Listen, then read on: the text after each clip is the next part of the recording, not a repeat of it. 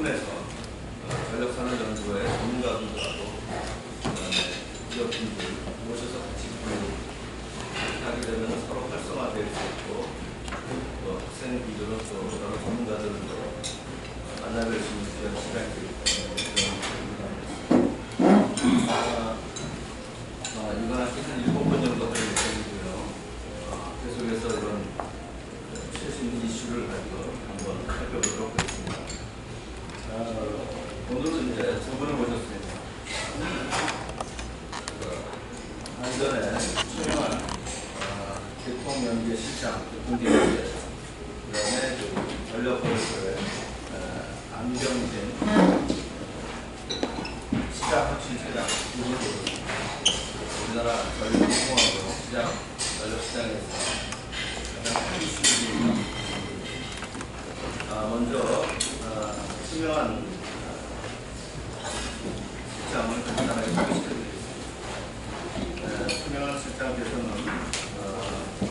우리대학교 전기공학과를 졸업하셨고요. 해칭시 경제대학에서 공기업 경영학 석사를 하셨고 신출대학교 에너지 스쿨에서 공작 박사를 받으셨습니다. 개인적인 경험으로는 한 사람입니다. 어렵게 된 미디어문장을 그냥 담아져버리는 그런 깜짝 놀란 우리나라 지금 대중 관련돼서 굉장히 많은 이슈가 있습니다. 여러분 다 아시는 11차 전력수지 기본계, 11차 송전적 계획, 그 다음에 이재명 대통령이 얘기하는 하이웨이, 전력 하이웨이 논의, 그런 여러 가지 논의가 있는 것과 이걸 종합해서 살펴보도록 하겠습니다. 자, 우리 최명환 실장이 나오실 때 큰 박수 나눠주십시오.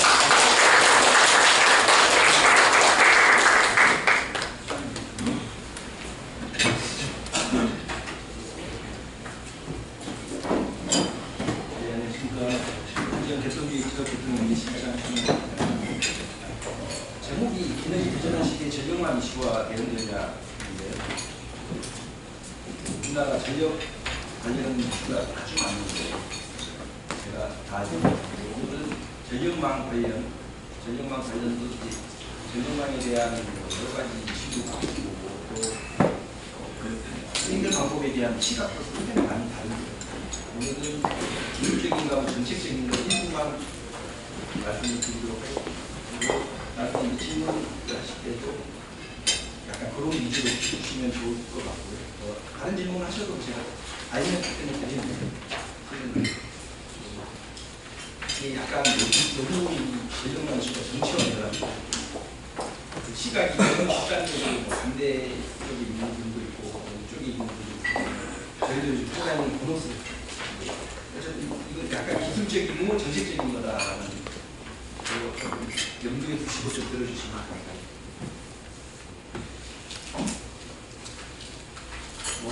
다 아시겠지만 근래 전력이 큰 이슈가 되고 있습니다. 제가 회사 97년에 입사했는데 안민희 시장이 98년도에 같이 한대 시절에 입사를 했는데 지금까지 회사 생활하면서 이렇게 우리 회사가 주목을 받은 적이 없나 싶을 정도로 이게 좋은 의미도 있고 나쁜 의미도 있고 그리고 워낙 많이 먹고 있더라고요. 소송도 너무 많이 나가고 근데 이런 사례가 있을까 싶을 정도로 이슈가 들어옵니다. 근데 그게 우리나라만의 문제는 아니에요. 전체적으로 다 문제가 되고 있고 이게 그냥 말로만 써놓으면 유명한 사람들이 이런 얘기를 했구나 싶은데 실은 우리나라가 지금 재생에너지가 접속이 안 돼서 대기하고 있는 모양이고 통계에 따라서 왔다 갔다 합니다. 30개가 10개가 왔다 갔다 합니다. 근데 미국 같은 경우 PJM만 얘기를 합니다. PJM이 대통령이 한 100기가, 120기가 왔다 갔다 합니다. 120기가 정도라고 보는데 걔네가 지금 대기 물량이 200기가가 있습니다. 영국 같은 경우도 우리도 조금 왔다 갔다 잉글랜드만 할 건지 여기까지 따라서 약간 왔다 갔다 하지만 영국은 대기 물량이 지금 1000기가가 있습니다. 그러니까 뭐 비판하시는 분들이 뭐 재생에너지 정말 되지도 않는데 이게 왜 그러냐고 하지만 그 다른 나라들은 대부분 수력이라든가 이런 컨트롤러블한 에너지가 많기 때문에 우리가 환경이 많이 잡혀요. 이런 컨트롤이 어려운 태양광이나 풍력이 이렇게 단기간에 증가한다라고 우리나라밖에 없어요. 그러니까 절대 양은 분명히 적지만 그 증가 속도가 그리 작지 않다라는 거 이해를 해주시고, 그러니까 우리나라만의 문제가 아니고 대부분의 나라의 문제다. 먼저 이제 얘기를 하려면 전기보는 얘기하지 않을 수 없는데요. 그러니까 망 계획 조금 이따 나오는 전기 통전전 설비 계획은 어쨌든 이 전기본에 따라서 설립을 할 수밖에 없습니다. 왜냐하면 전기본 이름 자체가 전력 수급 기본 계획이니까 전력의 수요와 공급에 대한 계획이라고 보시면 되고요. 그러면 그 수요와 공급의 문제가 요즘은 뭐 뒤에도 나오겠지만 수요는 대부분 수도권, 우리나라 수도 수요의 한 43%, 뭐 통계에 따라 45%뭐 하는데 한 그 정도 됩니다. 그리고 나머지 땅에 다 나머지 수요가 있는 거죠. 그럼 나머지 다 흩어져 있고 대부분의 수요가 수도권에 있다라고 생각하시면 되더라고요. 그 다음에 발전원들은 다 해안가에 있고 특히 재생에너지는 거의 전남에 거의 몰빵하다시피 전북도 좀 있지만 그런 상황이기 때문에 결국 수요와 공급을 연결하는 많은 수요가 점점 더 급증하고 있다. 또 재생에너지는 전기분에서 얘기하는 그 피크 기여도가 낮기 때문에 똑같은 양을 전력 공급을 하기 위해서 하더라도 재생에너지는 훨씬 더 많은 발전소가 필요하다라는 측면에서 더더욱 망수요를 많이 유발시킨다고 보입니다. 전반적인 흐름은 이렇고요. 큰 수익 방향을 보면 뭐 미래 전력 수요를 과학적으로 산정, 뭐 이번이 공급 안정성 효율 산소 중립 등 고려하여서 믹스 구성, 뭐 무탄소 전원을 위한 선제적 개통과 시장 고도화, 이게 이제 큰 틀인데요.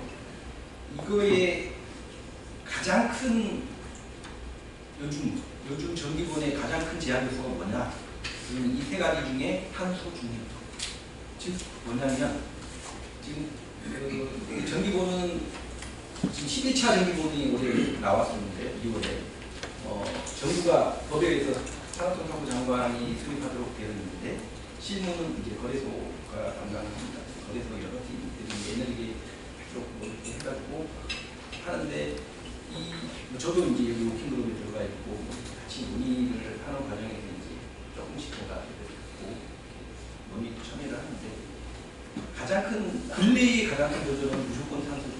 즉 탄소 배출량 지금 법적으로 유효한 2030년 MBC, 35년 MBC를 정부가 지금 11월 달에 아마 공식 발표를 하겠다고 하니까 초안은 나왔는데 지금 현재 유효한 것은 2030 MBC가 유일하거든요.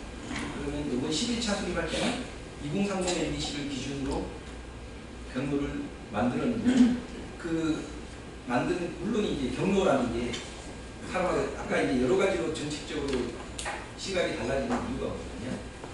우리가 2050년 탄소 중립으로 가려면 경로를 이렇게 그릴 수도 있고 이렇게 그릴 수도 있고 이렇게 그릴 수도 있고 우리 그냥 미미하게 쭉 가자라고 할 수도 있고 초반에는 좀 많이 했다가 나중에 조금 적게 하는 걸로 가자 할 수도 있고 지금 상황이 안 좋으니 처음에는 조금 하다가 나중에 좀 열심히 하는 걸로 하자 이렇게 갈 수도 있거든요.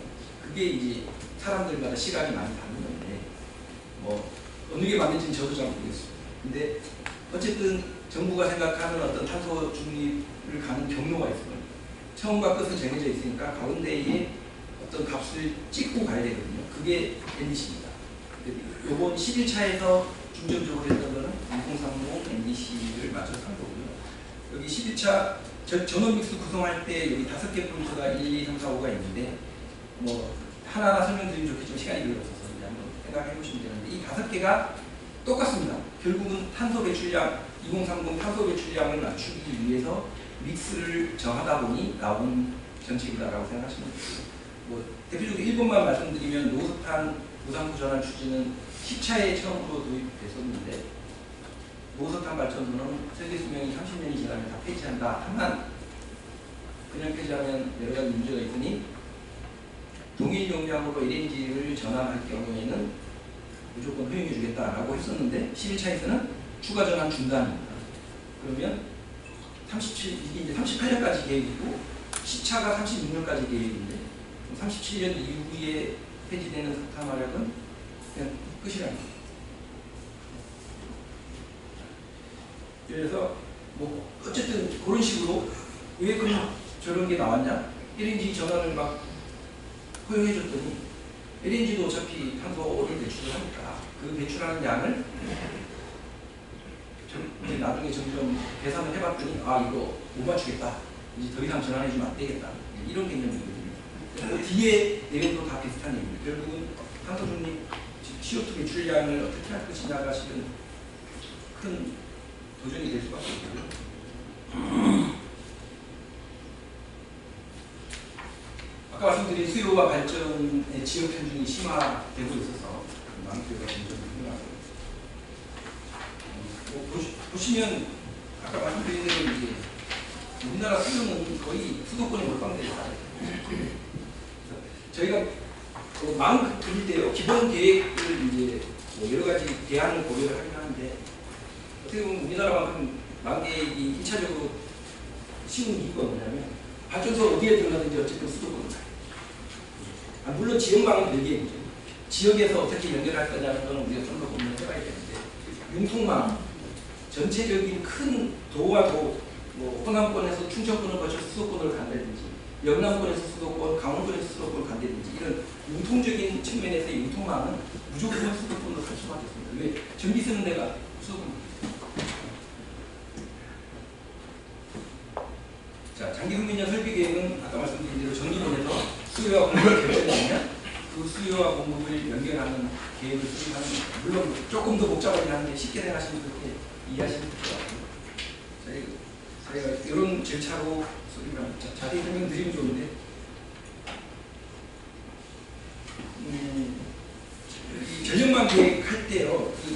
이제 우리가 첫 번째 이제 개통계획 측면만 딱 하나 보시면 유연하고 선제적인 설비 계획 이게 뭐냐면 지금까지 저희가 만기를 수립을 하면요 만기 자체가 한전의 투자 계획입니다. 그러니까 이 장기성전력 설비 계획은 한전의 그 성변전 분야의 투자 계획이 되기 때문에 이사회 통과를 해야 됩니다.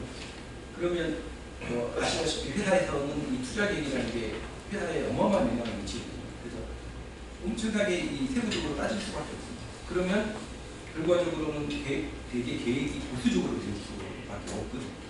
그러니까 어떤 수요가 예측되더라도 얘가 언제 들어올지를 정확하게 확정이 되지 않으면 저희가 계획을 수립을 할 수가 없었거든요. 근데 이제 점점 망건설이 점점 늦어지고 하다 보니까 선제적으로 계획을 수립을 해야 된다는 요구가 많아져서 저희가 규정도 좀 정부랑 상의해서 바꾸고 해가지고 계획을 옛날보다 훨씬 더 좀 빨리 하는 시스템을 도입을 했습니다. 그래서 지금 저희가 뭐 물론 지역마다 좀 차이가 있긴 하지만 평균적으로 한 2에서 3년 정도는 선제적으로 계획을 수립했다고 생각해서 아까 교수님 호남 수도권 HVDC 여기 이제 교수님이 아까 말씀하신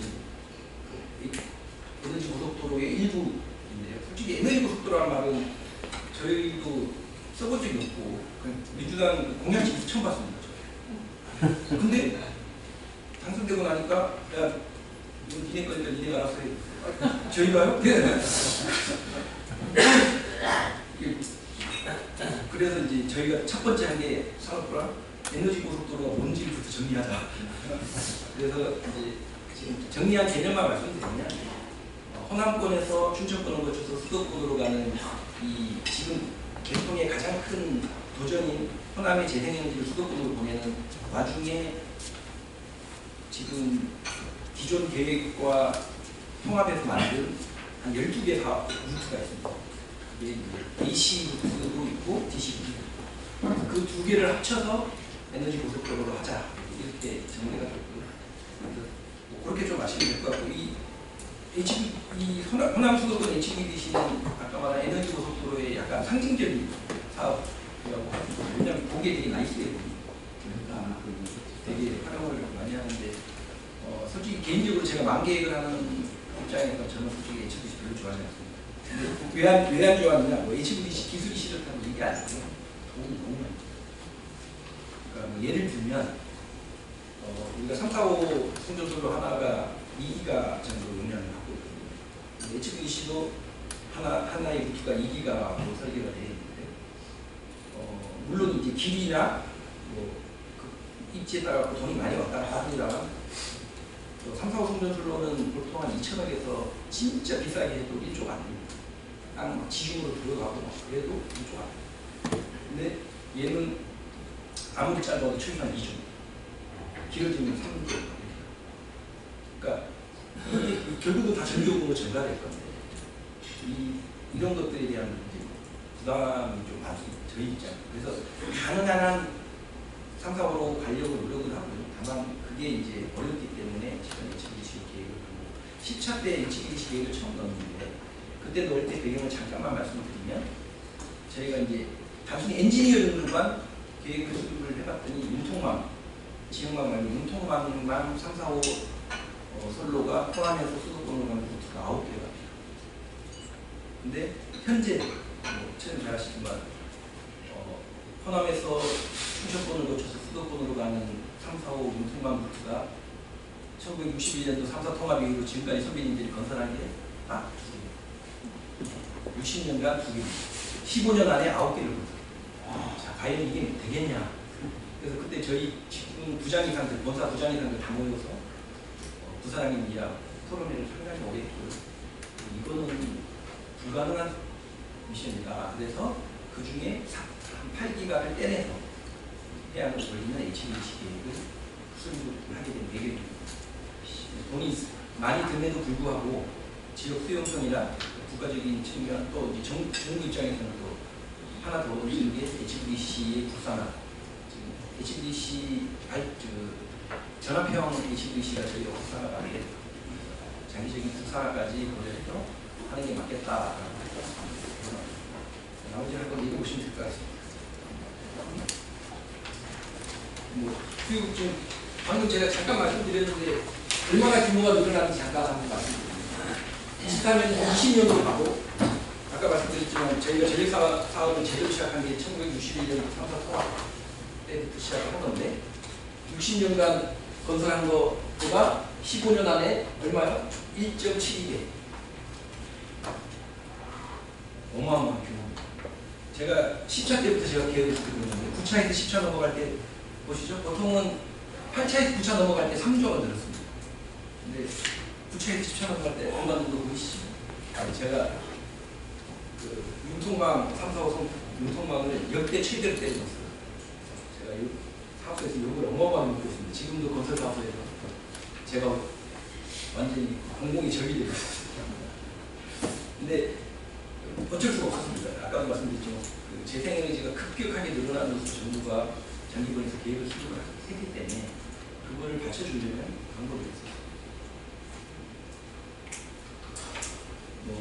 이거 밑에 잠깐 나오지만 IEA 보고서를 보면요, 근래 비슷한 보고서도 많은데요.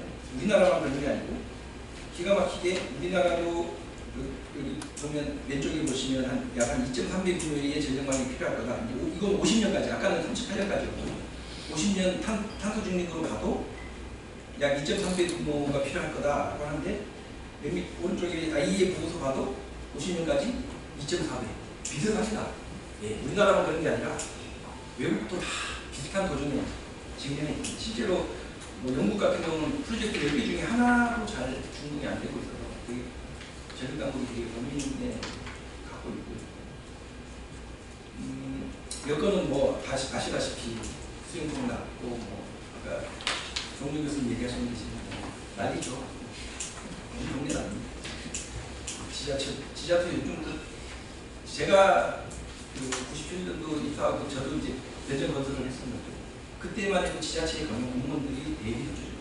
그때는 지방 그 지자체라는 개념보다 국가적인 일을 한다 이런 게 개념이 강한 데 가서 가면 여기는 주민들이 어떻고 뭐 이러면서 되게 협조적인. 요즘은 가면 그분들이 일단 먼저 반발합니다. 왜 이러고? 요즘은 솔직히 주민들의 민원보다 지자체 민원이 더 멀리거든요. 여기 신탄정이 150개월 지연됐다고 써있잖아요. 근데 저건 건설 기간만 지었고요. 계획 수리부터 따지면 더 됩니다. 계획 용물값 좀 줄였어요. 그래서 이제는 옛날 같은 개념으로 해가지고는 안 되겠다라는 게 이제 뭐 상당히 근데 이 전력망의 문제가 본격적으로 떠오르기 시작한 게 한 2020년 정도로 제가 기억을 합니다. 그전에는 그렇게 큰 문제는 아니었고요. 근데 호남 지역이 태양광이 급증하면서 2020년부터 뭐 산업부가 거의 외주 후익을 했던 게 나고요. 그런 결과물들이 지금 이제야 이제 조금씩 많이 나타나는 부분이 있고, 그다음에 정책 수립을 하는 게 쉬운 게 아니라 대응이 니네는 왜 이렇게 대응이 늦냐 그러시는데, 아까도 말씀드렸지만 우리만 그런 게 아니다. 외국도 다 약간 저희도 변명을 좀 해놔야. 여기에 이제 아까 에너지 고속도로 12개 뭐 정리했고, 이것도 뭐 사람에 따라 가지고 어떤 사람은 뭐 20몇 개 왜냐하면 각각 사업이 풍전도로가 지금 하나의 것처럼 보이지만 이게 구간별로 나눠져 있는 경우도 있고, 그래가지고 저희 실제 건설하는 사업소는 이보다 더 잘게 쪼개놨어요. 근데 이게 너무 헷갈리니까 뭐 10개, 11개, 12개 하다가 결국 합의 12개로 합의했어요. 그래서 왼쪽에 점선으로 되어 있는 게 DC 선로고요. 실선으로 되어 있는 게 AC.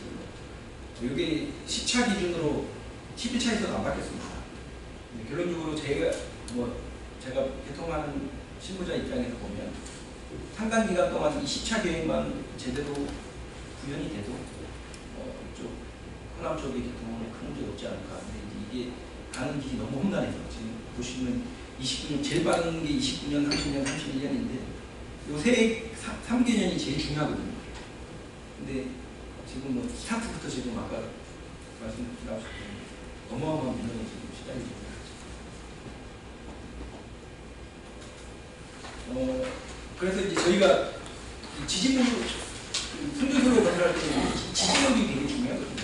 지진물 크기를 얼마나 크게 하는가 여러 가지 이제 문제가 있는데, 가능한 같은 지진물을 이용하면서 선로를 용량이 크면 유리하거든요. 근래에 저희가 다행히 CCSC라고 하는 대면 곳에는 제가 했습니다. 기존 2기가 아까 제가 3, 4호는 주로 2기가라고 말씀드렸는데 2기가 철탑에 3기가를 걸어도 기준도 큰 문제 없는 정도. 지금은 일단은 3기가로 다 바꾸는 걸로 지금 일단 방침이 탔고요. 근데 기술적으로 보면 3기가 선로를 깐다고 3기가를 반드시 전력을 보낼 수 있는 건 아니에요. 여러 가지 대통적인 고려를 통해서 이제 가긴 하는데, 일단 선로 용량이 커지면 개통 운영상 좀 유리한 측면이 분명히 있습니다. NWA라는 말을 뭐 많이 들어보셨을 것 같은데요. 저도 옛날에 처음 들었을 때는 과연 의미가 있나 싶었는데, 그 외에는 너무 많이, 솔직히 저도 이 계획을 많이 넣었고요. 네. 그래서 요즘은 뭐 만객하면서 이 NWA 쓰는 거를 너무 당연하게 생각을 하고 있는데, 이것도 어마어마하게 비싸요. 정말 특수한 소리고요. 우리나라의 특징이긴 한데 한번 해서 괜찮다 싶으면 그냥 막 때려 넣는 우리나라 성격이거든요. 외국에서 이렇게 많이 작은 지역에 때려 넣는 경우는 드뭅니다. 그래서 일부 교수님들은 이게 이런 지시설, 특히 특수 설계들이 이렇게 많이 때려 넣어서 나중에 오히려 문제가 되는 거 아니냐 이런 고려 고민하시고요. 저희가 이제 이거 하면서 주로 이제 엔지니어링 회사라든가 제작사하고 많이 고민을 해서 그런 문제가 안 되도록 현장에서도 고민을 많이 하고는 있는데, 지금 마음이 너무 급하다 보니까 일단 하여튼 열심히 하고 있습니다. 동기조산기 같은 경우는 큰 돌아가는 모터라고 생각하시면 되고, 큰 모터인데 내가 무효 전력을 조정할 수 있습니다. 그리고 돌아가는 모터다 보니 돌아가는 관성이 있어서 개통의 관성을 제공한다는 측면에서도 좋습니다. 다만 돈이 어마어마하게 비싸고 무진장 시끄럽습니다. 근처 가면 말이 안 돼요. 주민 민원도 좀 심하거든요. 저희도 굳이 이걸 해야 되나 싶은데, 개통적으로 보면 효과가 아주 좋아서 안 들 수가 없습니다. 그다음에 베스 뭐 배터리 ESS입니다. 배터리. 이건 뭐 워낙 많이 들으셔가지고 재생에너지가 낮에 자기 햇빛만 좋으면 전기 쓰는 사람 신경 안 쓰고 발전을 막 하고 또 밤에 전기 아무도 안 쓰는데도 바람만 잘 불면 풍력 발전기는 그냥 전기 막 생산해서 막 토해내기 때문에 그럼 이런 수요와 공급의 아까는 지역적 불이치, 지금 시간적 불이치를 어떻게 해결할 것이냐라는 측면에서 요즘은 이제 장기 저장용 담았다가 좀 있다가 여유가 있을 때 이제 하는 장기 저장용은 안 쓰고요. 초기에 배터리에 쓰는 주파수 조정용, 그다음에 배통 안정화용 아주 빠른 스피드로 얘가 운동이 가능해서 발전기 같은 경우는 실은요 이 예비력 제일 빠른 게 10초 이내 운동을 했습니다. 물론 실제로는 10초는 아니고 그냥 3에서 5초 이내에 대부분 수명이 다 나오는데 규정상 10초 이내에 들어오는 1차 예비력인데 얘는 1초 이내에 동작을 하니까 훨씬 짧은 시간에 동작을 하니까 요즘은 주파수가 흔들리면 발전기가 거의 동작하지 않습니다. 왜냐? ESS가 먼저 동작하고 그래서 효과가 너무 좋아가지고 이제 ESS는 많이 확대하면 좋은데 또 문제가 뭐냐? 너무 비쌉니다. 너무 비싼 게 흠인 거야. 모든 게 다 그렇습니다. 여기 밑에 나오는 패치는요, 뭐 요즘은 주로 스테콤을 많이 쓰는데 얘는 이 전압을 이걸 한국말로 하면 순동 무효 조절 장치인데 왜 순동이냐? 순간적으로 동작한다는 거고 이 무효 전력을 아주 짧은 시간에 조절할 수 있는 거는 제일 좋은 거는 동기 발전기입니다. 동기 발전기는 완전히 멀티플레이어입니다. 얘들 기능을 다 근데 동기 발전기는 아시다시피 우리가 아는 대표적인 동기 발전기 원전, 석탄, LNG 다 사람들이 싫어해서 원전은 뭐 더군다나 완전히 쉽게 또 운동하지도 못하고 석탄하고 LNG가 제일 좋은 석탄하고 LNG는 점점 없어지고 그러다 보니까 이제 이런 소리가 들어오는 거고요.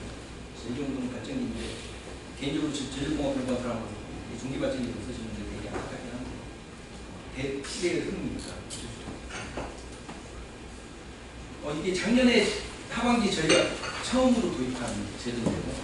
이거는 아주 새로운 제도를 잠깐 설명을 드리겠습니다. 지금 우리가 개통해서 발전기가 만약에 갑자기 탈락했다 또는 발전기와 연결된 주솔로가 탈락했다. 그 주솔로가 탈락하면 발전기 탈락하고 똑같거든요. 발전기가 탈락을 하면 결국은 수요는 그대로 살아있는데 발전기가 탈락하면 공급력이 부족하겠죠. 그렇게 되면 주파수가 하락하죠.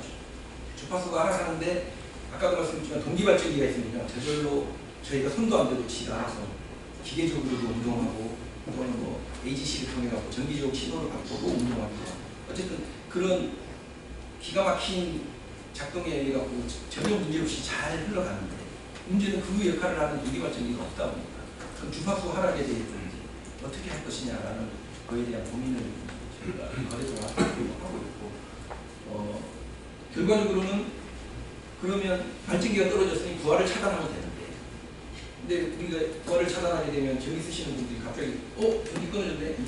그러면 전기 품질이 하락 또는 심각한 피해를 입을 수가 있죠. 병원에서 수술하다가 갑자기 끊어졌대.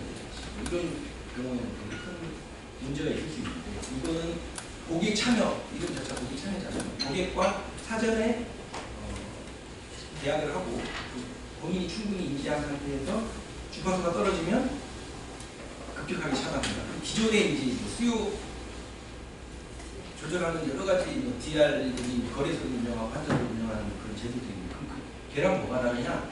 걔는 시간이 느립니다.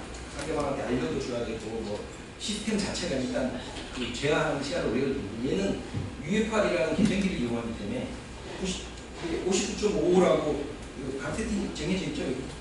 여기 59.55가 되면 안 묻고 그냥 차단해요. 그러면 이제 개통에서 저런 수단을 하나 갖고 있다는 것은 어마어마한 거죠. 그래서 이게 한 지금 700메가 정도 모집이 돼 있고요. 얘가 1차 예비력을 대체하는 수단을 또 하고 있는데 그럼 59.55 떨어진 게 그럼 얼마나 되느냐? 10년간 조사를 해봤더니 한번 10년에 한 번 동작할까 말까 하니까 평상시에 돈도 좀 주고 동작하면 또 돈도 드리거든요. 그래서 지금 되게 반응이 좋습니다. 왜냐하면 한 번도 동조한 적이 없어요. 지금 작년에. 그래서 이것 때문에 구입전력비가 지금 작년 기준으로만 해도 한 700억, 800억 정도. 1년 연간 단위로 따지면 한 2천억 정도 아낀다. 그게 그만큼 아껴진다는 얘기는 고객들한테 전기 요금 부담이 또 그만큼 떨어집니다. 차장님, 네. 그거 노티스 돼요? 사전 통보돼요? 안 되죠? 아니, 사전 통보 안 되죠. 안 되죠. 예. 그래서 대통령 의미가 있는 오케이. 네.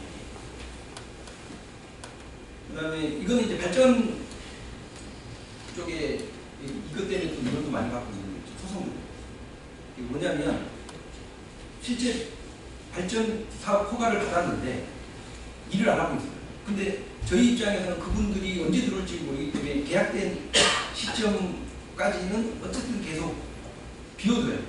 다른 사람이 오더라도 들어와 이미 이 사람은 미래에 언제 시점에는 들어와 있다라고 가정을 하거든요. 근데 이제 다른 사람들 바로 난 내일 모레 그거 내가 바로 해갖고 사업할 수 있는데 쟤 때문에 안 되네 이런 민원이 워낙 많아서 저희가 이제 용어가 적절한지 모르겠지만 보통 저희가 저런 사람들을 허수 사업자라고 합니다. 이분들은 사업하는 의지는 없고 허가를 따놓고 비싸게 누구한테 팔아먹으려고 하시는 분인데 근데 그게 어떨 때 보면 이게 자본주의 사회에서 그게 왜 문제인가 싶기도 한데 어쨌든 국가의 자산이 전력망을 오랫동안 전부하고 있다는 측면에서 되게 정부도 안 좋게 보고 있고 일반적으로 뭐 소송하시는 분들은 아닌데 어쨌든 저희 입장에서는 되게 안 좋게 보고 있기 때문에 제한된 자원을 충분히 활용해야겠다는 측면에서 일정 기간 동안 사업이 제대로 안 될 경우에는 그분들은 계약을 해지하고 다른 분들로 넣어주는 그런 거를 작년부터 하고 요거는 아직 도입은 안 됐고요. 정부랑 계속 논의 중인데 거의 될 것 같습니다. 새로 장관님이 되시는 장관께서 의지를 갖고 계셔가지고 이게 망은 항상 저희가 되게 월스트 케이스, 그러니까 되게 안 좋을 때 기준으로 모든 거를 검토를 합니다.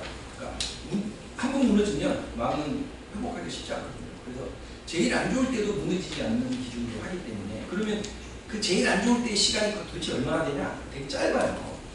그 짧은 시간만 회피를 해야 되는데 그 회피하는 방법이 여러 가지가 있는데 그 중에 이제 하나가 ESS를 설치를 해가지고 그때는 내가 전기를 대통령에도 안 보내고 내가 여기다 담겠다.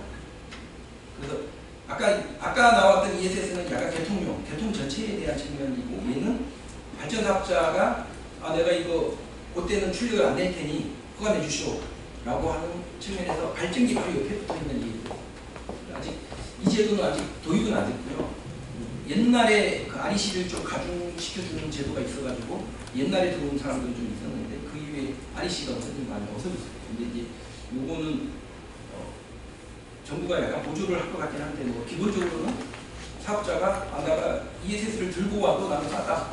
그래서 하는 게 좋겠다라고 하면 붙여주겠다라는 거고요. 우리나라는 이제 조건부인데 일본 같은 경우는 조건부가 아니고요. 램프레이스를 규제를 하기 때문에 아예 안 달면 사업이 안 되도록.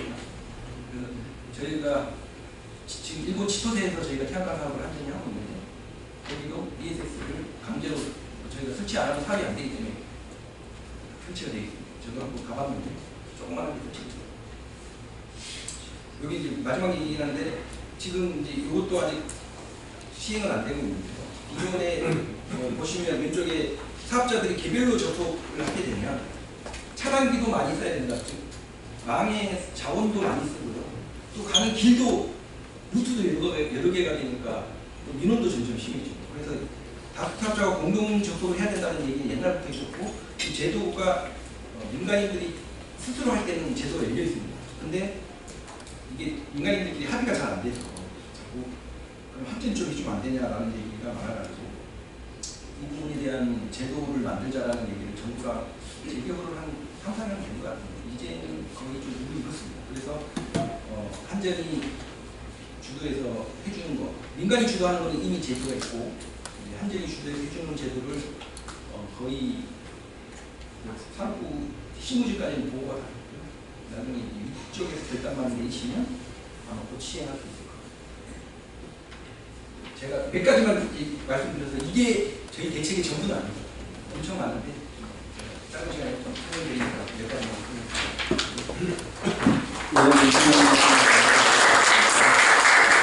자, 한 정도 Q&A 정도 받겠습니다. 자, 질문하실 분. 우리 학생들 질문을 제일 먼저 받고 학생들 질문. 자, 우리 오늘 처음 나오신 중앙대학교 우리 최영학 교수님.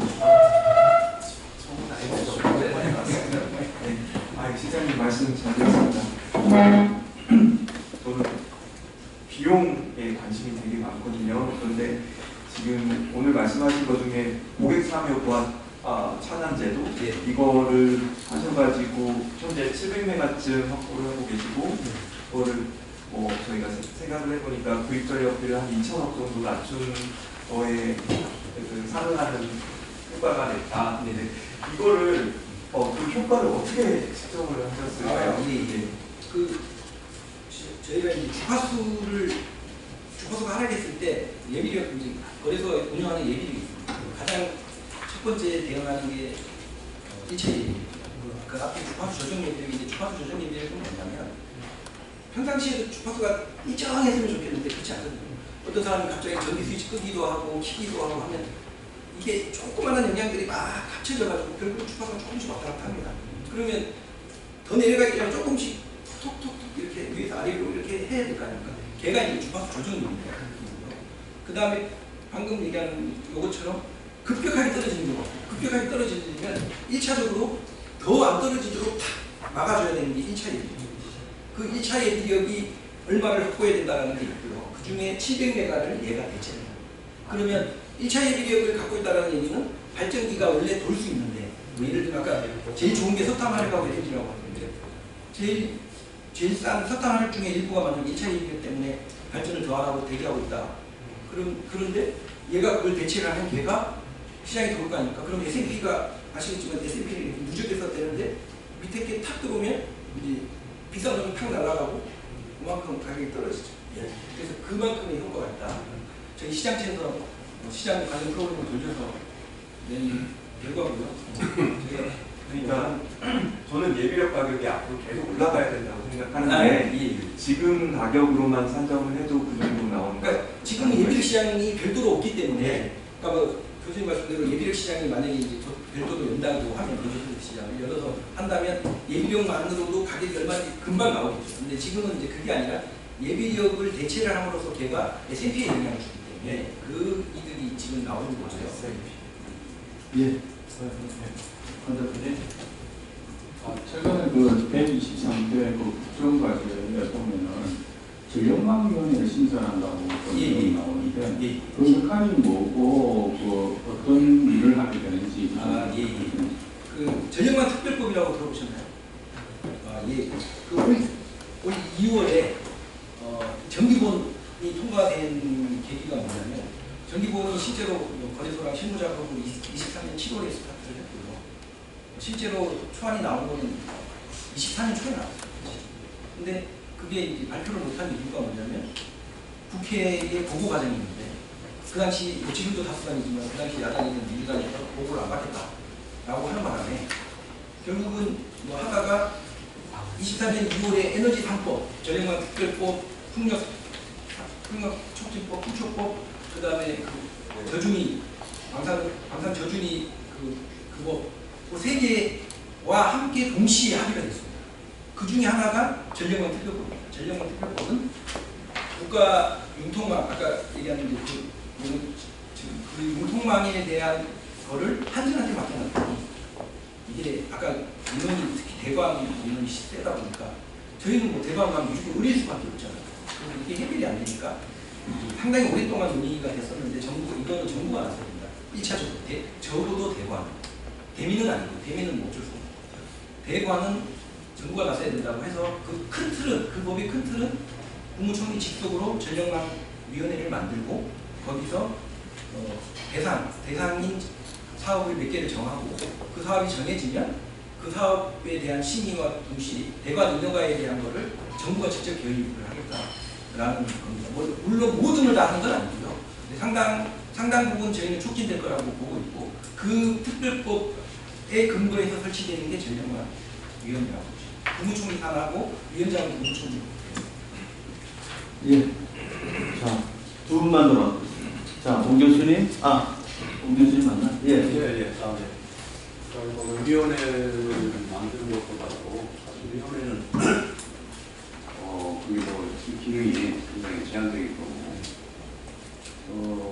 그러니까 이 개통이 굉장히 중요해지기 때문에 개통 관련 어떤 독립된 그 기구 조직을 만들 필요가 있지 않나. 일단 물론 한전에서 지금 하고 있지만 이게 조금 너무 이게 중요한 문제야 똑같고 그렇기 때문에 일본처럼 옥토라고 하는 그런 정부 방역 대통 운영권 기구가 있잖아요. 그런 식으로 해서 개통 문제만을 좀 다루는 그런 어떤 조직이 필요하지 않나 이런 생각이 드는데 위원회가 지금 될지 모르겠어요.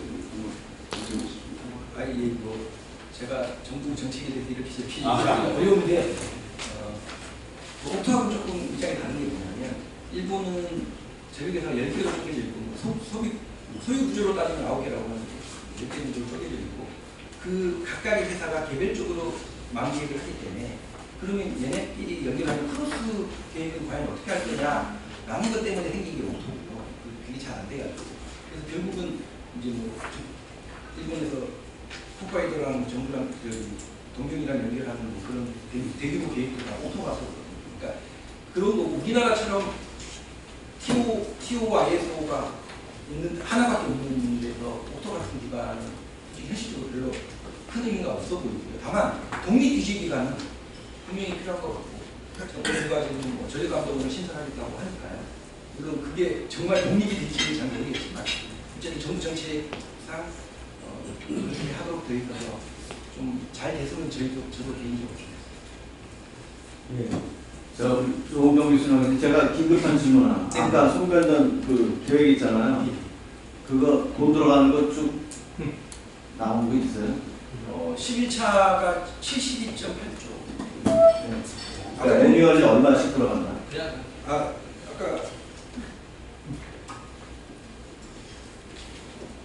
여기 있지 않습니까? 72.8조. 물론 연도별로도 산정한 게 있는데 그거는 공개를 하지 않아요. 조건마다 조금씩 다른데 지중화 비용 있잖아요. 가공설로하고 지중화 비용이 약간 조건별로 해저로 갔을 때 뭐 이렇게 그냥 평양을 가로질렀을 때 차이가 얼마더라고.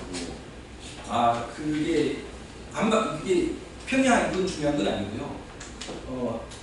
안반이 나오느냐, 안반이 안 나오느냐에 따라 돈이 어마어마하게 차이 나는 거예요. 왜냐면 그 발파가 필요하냐, 전력 구로 가야 되느냐 이런 거다. 개착식이 제일 싸고요. 개착식이 가공성전솔로의 세대에서 6배 들면 많이 들면 5배에서 6배 들고요. 전력구는 기본이 10배입니다. 기본이. 근데 실제가 한 10배. 그렇죠. 전력구로 들어가면 기본이 10배예요. 물론 TV하고 그러면 그렇게 됩니다. 예, 그렇습니다. 아시겠지만 특수공 뽑을 수 있는 더 비싸지고요. 어쨌든 그렇고 해저는 의외로 쌉니다. 왜냐하면 뚫질 않거든요. 해저는 솔직히 물론 약간 보호 설비를 하긴 하는데 솔직히 말하면 그냥 위에다 까는 수준입니다. 그래서 오히려 해저가 더 싸요. 다만 해저로 가는 AC 설비가 없어요. 그래서 해저로 가는 DC가 없어요. 그러니까 짧은 구간, 선과 육지를 연결하는 거는 우리가 AC 케이블이 있거든요. 근데 이제 100km, 200km 이런 식으로 가게 되면 그 AC 케이블, 특히 345 케이블은 세계적으로 개발력이 없어가지고 지금 아마 제일 높은 전압이 275만 그 정도로 제가 알고 있는데 그래서 그것도 큰 기술적인 난제고요. 그래서 우리가 해저로 갈 때 HVDC로 갈 수밖에 없는데 HVDC는 이 커피시던스하고 상관이 없거든요. AC로 가게 되면 그 커피시던스 때문에 중간에 터집니다. 그래서 우리가 쉽지 않습니다.